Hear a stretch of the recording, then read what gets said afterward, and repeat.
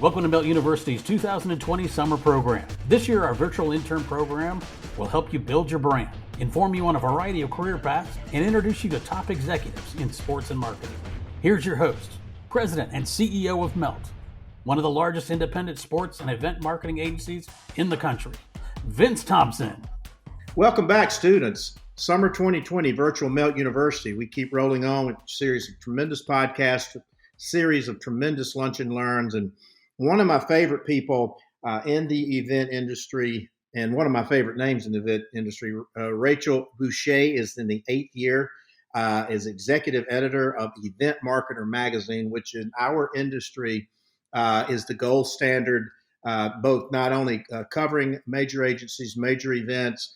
They do a tremendous amount of education and certification and conferences, and they're way ahead of the curve. And so in the spirit, students, of having another resource for you to beckon either online or in print or in socially, Event Marketer magazine and Rachel are leaders in this. It's one of my favorites.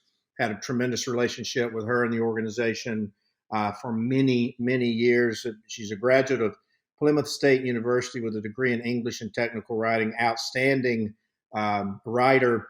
And as we talk about, to our students all the time, she took advantage of her time while at Plymouth State, was associate editor for Centripetal magazine and was an intern. We talked obviously a lot about interns in Ridgefield magazine. And it's really, like I said, I got to know her several years ago with Event Marketer and not only just a wonderful resource, but a wonderful person. So Rachel, welcome to Virtual Melt University. Thank you so much, Vince. Appreciate that. I can't believe it's been 8 years with Event Marketer.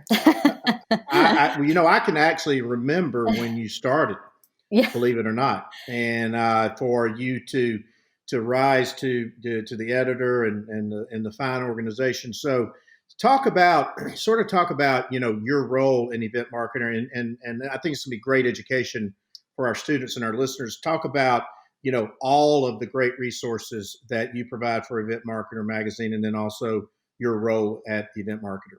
Yes. So, if you talked to an editor at Event Marketer magazine 10 years ago, they would say that, 80-90% of the job was writing and reporting and putting out our magazine every month. And over probably the last 6 years, events have become a very important piece of what we do.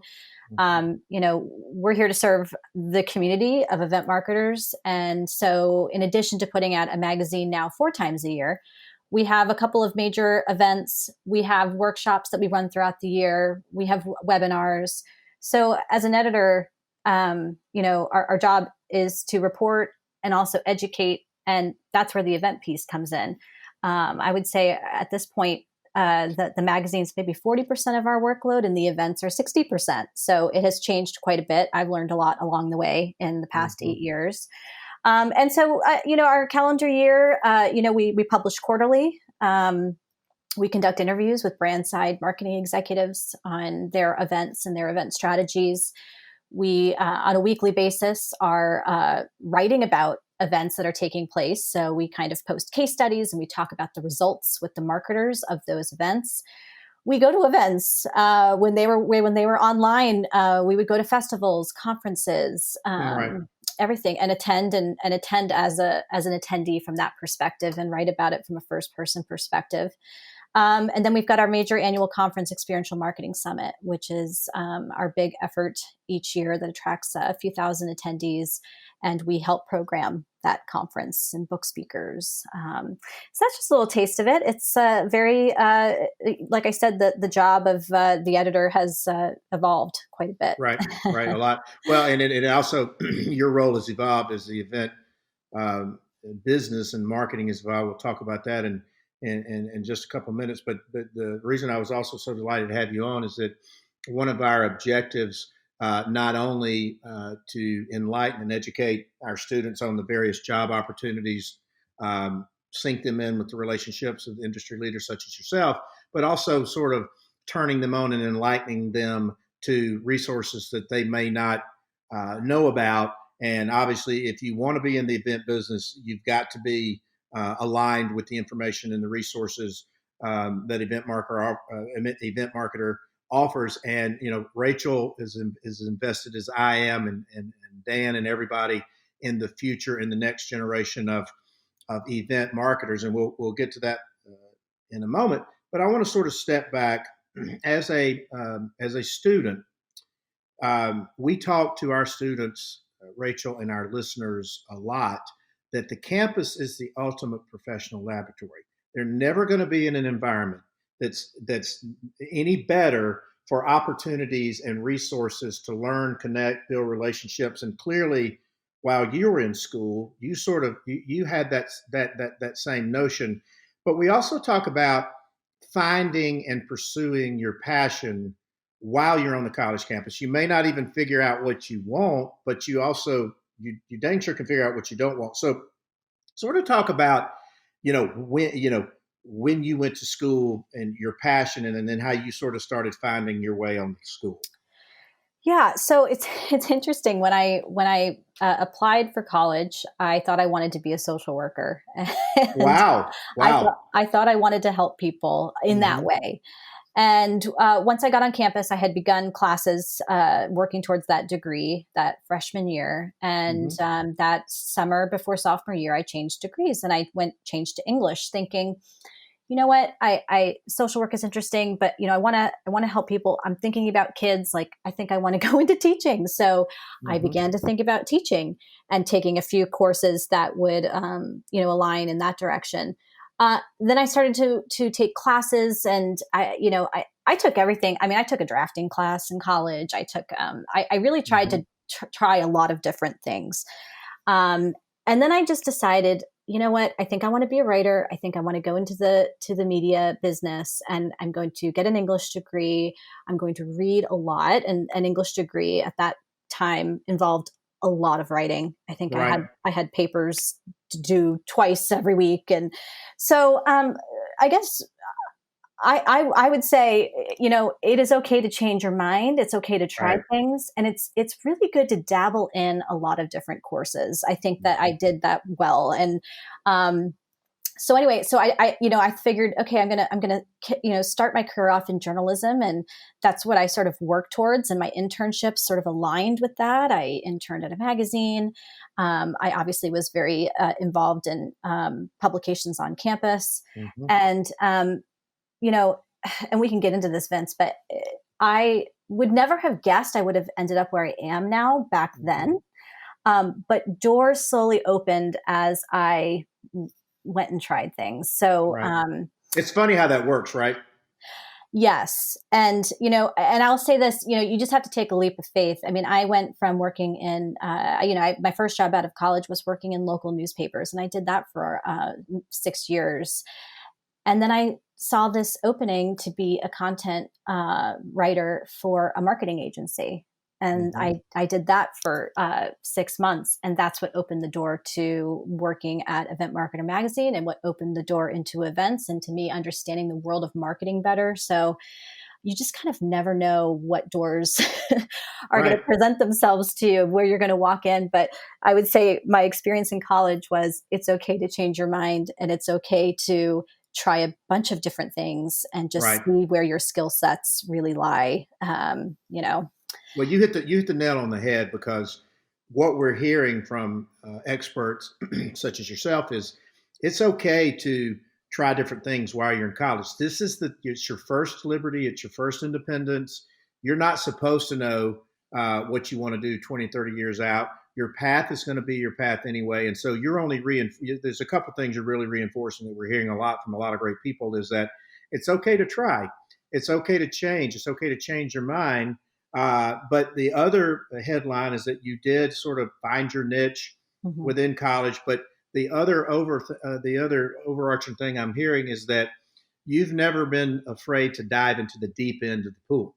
And we tell our kids, like, hey, you never know if you don't take that shot, if you don't try things. Don't be, on the failure's only the failure to try. So sort of talk about why you've been driven by that, because we get a lot of questions from our students about that. Like I said, they're in this first real formative phase of their life and their career and all of that. Yeah, I think, I would say that I've never been a person, I was never a risk taker. Let's just put it that way. And I had friends that were, and, they went after, whether it was job opportunities, internships, and I was a little more reserved in that way. But as I started to accept opportunities, as I took on my first internship and spent the summer, and I was terrified when I first walked in the office, Right. I look back and I realized that there was a learning curve that Right. I experienced. And so with each, whether it was a job on campus with the literary publication, whether it was an internship, whether, I always felt like I wanted to leave having learned something new. And so, so, and here's the other thing too, Vincent, it's also about meeting people. And I think, we live behind our screens a lot, and we don't reach out to our parents' friends or something. Bingo. I worked really hard to connect with friends, families. I let them know when I was a senior in college, like, hey, I'll be looking for a job next year, this summer. What do you guys like about what you do? I networked, and I think, you have to use the connections that you have in your life to help you do that. And that's really how I got my first internship, actually, was reaching out to some family friends. So you really kind of have to work the connections that you have, whoever they are, and then stay in touch with people. That's another important thing. It seems like common sense, but these are big things that a lot of people miss, particularly while you're young. It's not easy to do. I mean, think about some of your close friends, how hard it is to keep in touch with them and keep up with them and make sure you've got, you're calling grandma, a couple, as much as you can. It's tough keeping up with people, but when you're about to enter the work world, having a small bank of people that you can tap into and perhaps make connections through is really, really important. Well, you hit on a couple of big points. Is one is building those relationships, building that network, nurturing those relationships, nurturing that network. But the other thing that we tell our students is try to leverage or make those emotional connections. So in other words, I went to Auburn. If a kid went to Auburn, they're going to have an emotional connection. If they know that, I represent Coca-Cola and they mention it, they'll have that emotional connection. And that's sometimes to the point is the lowest hanging fruit. It's also about knowing your target. So, if a person reaches out to you, they, I tell these kids in the old days, I had to go to the library, encyclopedias, yellow pages and resource guides. And now it's at the on the tip of their fingertips, the LinkedIn's and all that stuff. But you being the, one of the leading, figureheads of the event marketing industry, you hit on the big point. Use and leverage those emotional connections, because in a position you're in and I'm in, we're going to get 1,000. We're going to get 1,000 overtures, and that's a good segue into what gets Rachel's attention if a young, aspiring student or job seeker or job advisor. Because my biggest pet peeve is getting, we've got tons of websites, careers at Melt, info at Melt.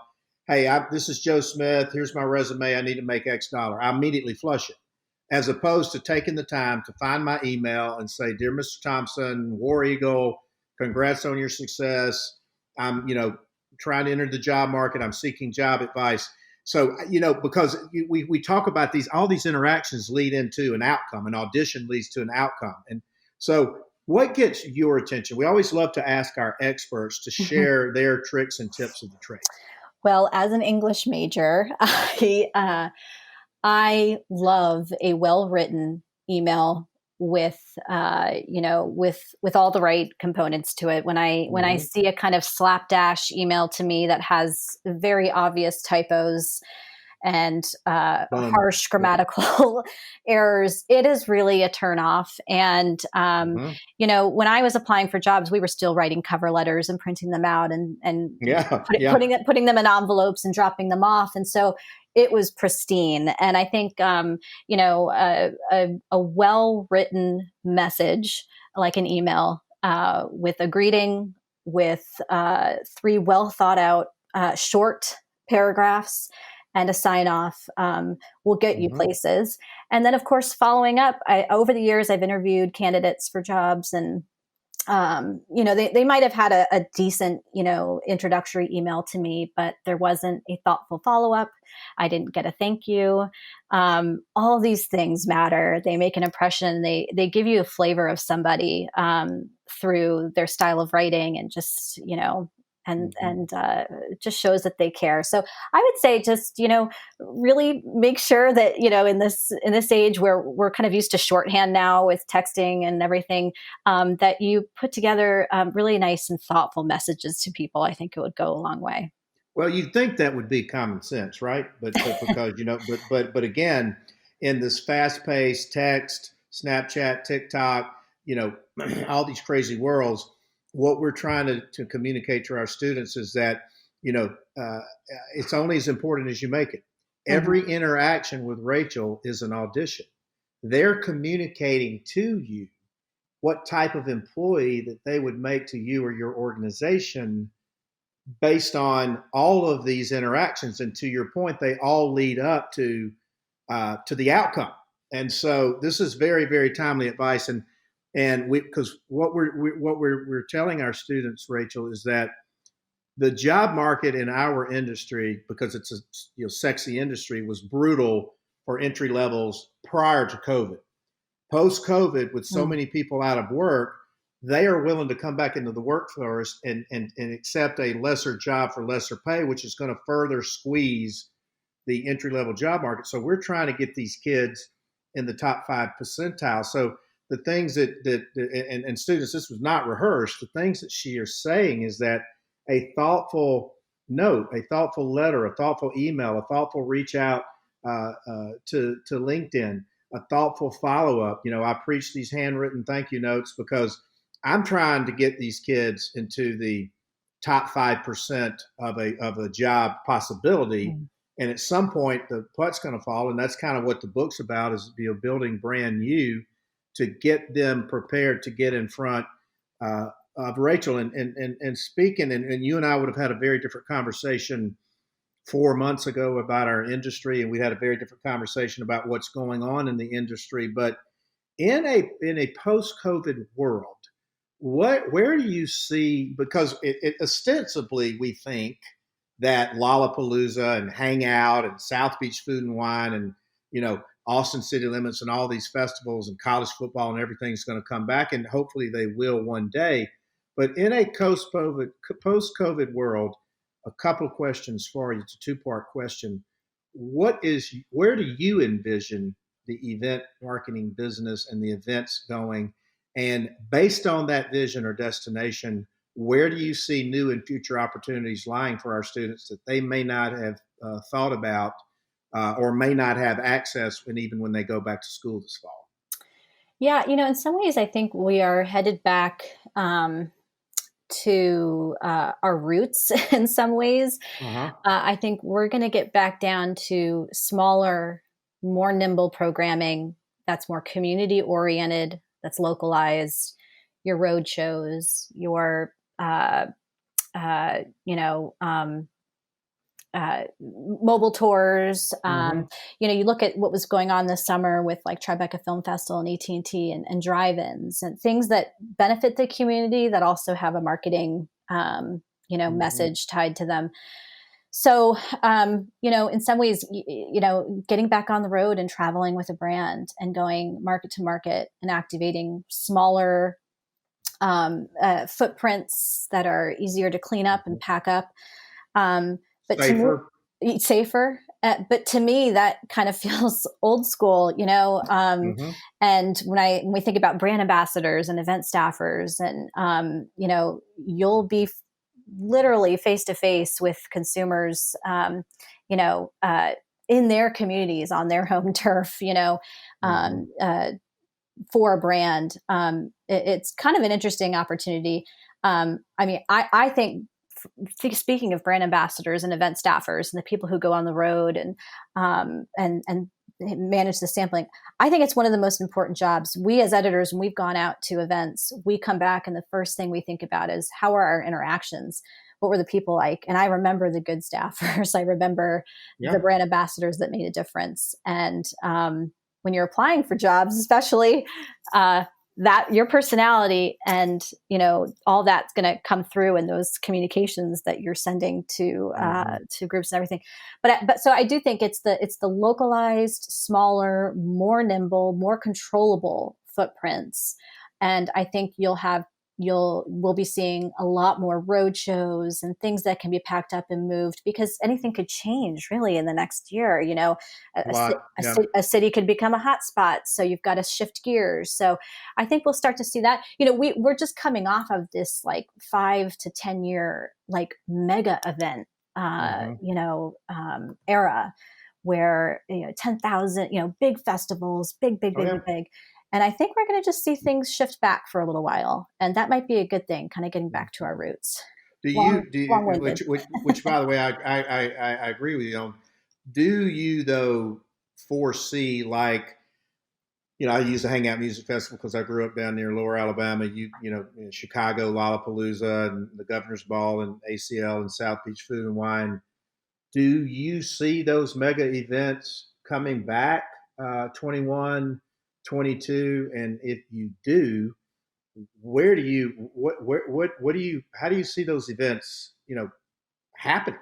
I mean, obviously there's going to have to be, praying for a vaccine, but the interaction, the distancing, South Beach Food and Wine is dedicated to food, and and all of those types of things. Where do you see that going? We've talked a lot about how the music festival space was starting to become pretty saturated. And, I was kind of anticipating before COVID starting, that it kind of peaked. Meaning, really? Well, and meaning that there will always be music festivals. I think, it's just so ingrained in our culture now. Right. But there may not be as many, but I think more so than that, they're just going to be smaller. The only way that you can really control, the health and hygiene factor is just to limit the number of people in one space at a given time. We've seen some really interesting things coming out over the last month of uses of parking lots, because parking spaces are natural social distancing devices, right? One person at a parking spot, you skip two, so I think, big open spaces like a music festival footprint, you could do that. You could figure out ways to keep people distanced. You can do your fever checks on the inside because people are basically in a enclosed environment. So again, I don't know about 2021, that's to be seen, but I would say by 2022, I think as long as there's a vaccine or we're not having flare-ups. But I'm sensing from the marketers that I speak with, everyone is expecting smaller for the next couple of years. So, yeah. And it's interesting too, because, and we do a lot in the festival space, and obviously a lot in big sporting events and venues and those types of things, particularly in the college space. They were woefully behind in some of these safety and sanitation procedures they should have probably done anyway, but obviously with a pandemic, it sort of forces your hand on these types of things. But that's interesting perspective, and also the technology is obviously going to drive a lot of that. The ticketless, cashless, the contact tracing, self-serving on concessions. I mean, I think that you're going to see a whole new world in that, but I do think it's interesting because you've read a lot of articles about the resurgence of drive-ins and drive-in movies and drive-in concerts and those types of things. So it is almost a back to the future type environment or setting. And another segue, another question, because our students and our listeners are always curious to know what. Obviously, Event Marketer Magazine's the best go-to source and resource in the world. But if you had some other, and not necessarily just devoted to events, but like resources, sources, podcasts, books, things that you see and inspire you that could be go-to resources for our kids? Yeah, it's funny. Like on our team, we look to pop culture for Mm-hmm. clues about things that are going on. We read a lot of entertainment sites. We try to stay Mm-hmm. up to date on trends and retail trends, and because all of Mm-hmm. that kind of filters down into marketing campaigns and then filters down into events, and so I would say you have to read up on what's popular, what's getting people, what's making people tick. Understanding the different demographics, age Mm-hmm. groups, for instance, is like really, really important. So we'll read things that are geared toward Gen Z, but we'll read and every other sort of age group. That's important. And then, I would say, I'm trying to think of some specific podcasts that I like, but um, anything related to innovation in Right, right. experiential marketing is important. And that's kind of a buzzword in this space, but um, there is a lot of room for some innovative futurist type people to come in and reimagine Mm-hmm. things, especially in a post-COVID world, Mm-hmm. whether it's, getting people in and out of places more efficiently, whether it's making things safer for people, whether it's, you know, uh, coming up with a new technology or a new app or something that's going to make events and make marketing, more seamless and frictionless. So I would say, anything involving innovation, Right. creativity, and then yes, entertainment. It's important. No, and I think you're spot on because reading all of these, we tell our students like not only read the article, but read the cues within the article. So is it a particular company that you read about within the context of the article? Chances are, let's say you're reading an article about Walmart or Target or Coca-Cola, there's going to be an executive quoted within that. Pick that executive's name out of that and begin following them on LinkedIn, following their companies on LinkedIn, which makes you very well informed and allows you to, as we talk about warming the target up, softening the target up. Talk about some of the companies that you think our students should follow as a model for innovation and marketing in the event marketing industry, pre and post COVID, pre or COVID. Who is and was doing it, well, in your opinion, for them to Yeah. follow? Uh, Red Bull is Right. it's one of those, irreverent brand. They were a energy drink turned extreme sports like power brand. And why I bring them up now is they've been focusing on content and sort of that digital experience like for a long, long time. Mm-hmm. And they've done an amazing job with, Mm-hmm. broadcasting video and from events that they've put on. So amazing stunts and marketing campaigns that are then filmed for content that they feed through their social media channels. This pivot that we've all had to do to digital and virtual, I mean, that was already Yeah. part of their Right. ecosystem. Super interesting brand to follow on social media and follow their marketing. And they are very tight-lipped about it, by the way. We rarely, Really. we Really. rarely can crack that egg. But another one, Ford is just a venerable brand in the event marketing world. Between what they do at the auto shows, their brand launch. I don't know if you just saw they launched the Ford Bronco. I'm so all over it. I can't stand it. It is. Oh my god. I'm in love. Just they partnered up with brands. What they did, it was just spectacular. They're an amazing brand to follow. They've won a ton of awards in our different programs. Mm-hmm. Mm-hmm. And then I would say, I'm just trying to think of one other really good. Like a business to business conference kind of brand. Google, they do incredible things. They do. Google with the rise of the music festival space, we saw this shift, and a lot of brands started to festivalize their events, their conferences, trying to make things more exciting, make them an experience that I love that. I love that term festivalize. I know.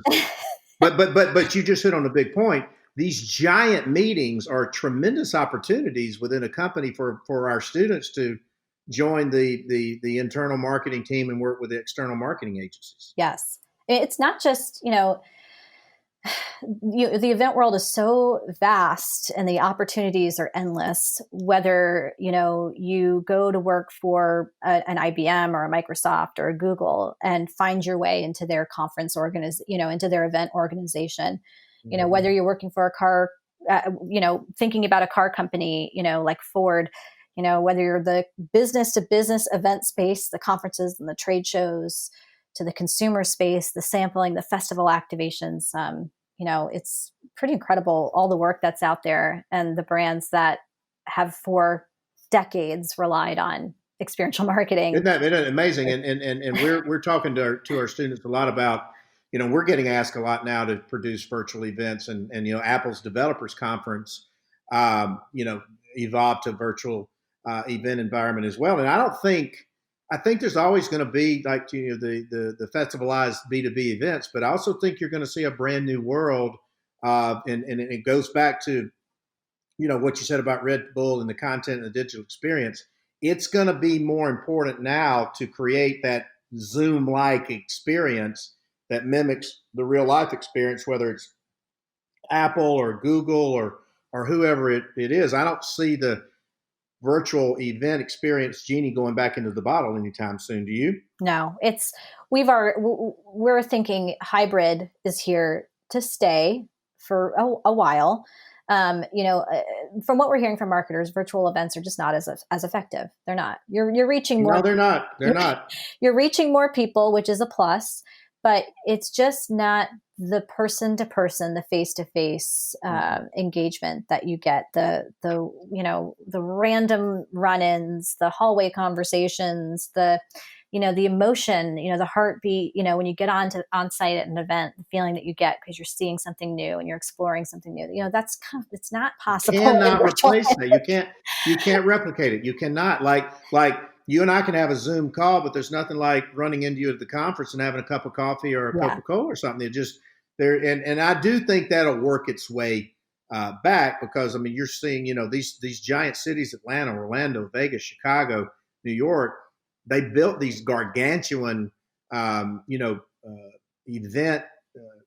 Georgia World Congress Center and places to host these giant events, and they're vacant. Mm-hmm. And so, it creates a whole different set of reference, just a whole new set of subset of problems. But we know you, you're on a tight timeline, and I really appreciate your time. This has been amazingly insightful. And so to our listeners and our students, Event Marketer Magazine, and they have great online newsletters. They do tremendous awards. They do tremendous case studies. They cover the companies and the agencies that you may not have thought about, that you may want to target. And I think you can hear the spirit and the passion in Rachel's voice, which is why she's one of my favorite people in the industry. And she's always been a big supporter of ours. She's a big supporter of what we're trying to do with the future generation of event marketers. And Rachel Boucher, the event marketer, executive editor. You heard her story. You heard, as we tell our students, life is not linear. It's okay to choose, okay to pick and choose, okay to change and shift. A fascinating insight into the where the evolution of events are going. You will not hear a better resource for that insight as well. So, Rachel, we cannot thank you enough for taking your time out of the day to share your insight and advice and wisdom with our students of Virtual Melt University. Well, thank you so much for having me. I was really honored when you invited me on, and good luck to everybody listening. Keep an open mind, get comfortable on video. That's a new skill set you need to have, Right. or Right. audio, either one, but get comfortable speaking to audiences through a screen, because that's here to stay for a little while, but nothing's going to replace face-to-face. So. Right. No, you're spot on. But Rachel, from me and the students of virtual 2020 summer 2020 Melt University, we thank you so much for your time, wisdom, and insight, and hopefully you will get some nice written notes from some of our students, because I'm starting to hear from some of our podcast participants that they are getting a lot of nice positive feedback. So we know that they're out listening and taking notes and writing notes. So Rachel Boucher, thank you so much today for your time. We really appreciate it. Thank you, Vince. Summer 2020 Melt University, virtual Melt University, we roll on. Thanks, Vince. Hope you enjoyed today's virtual class. We'll be back soon with another edition of Melt University 2020.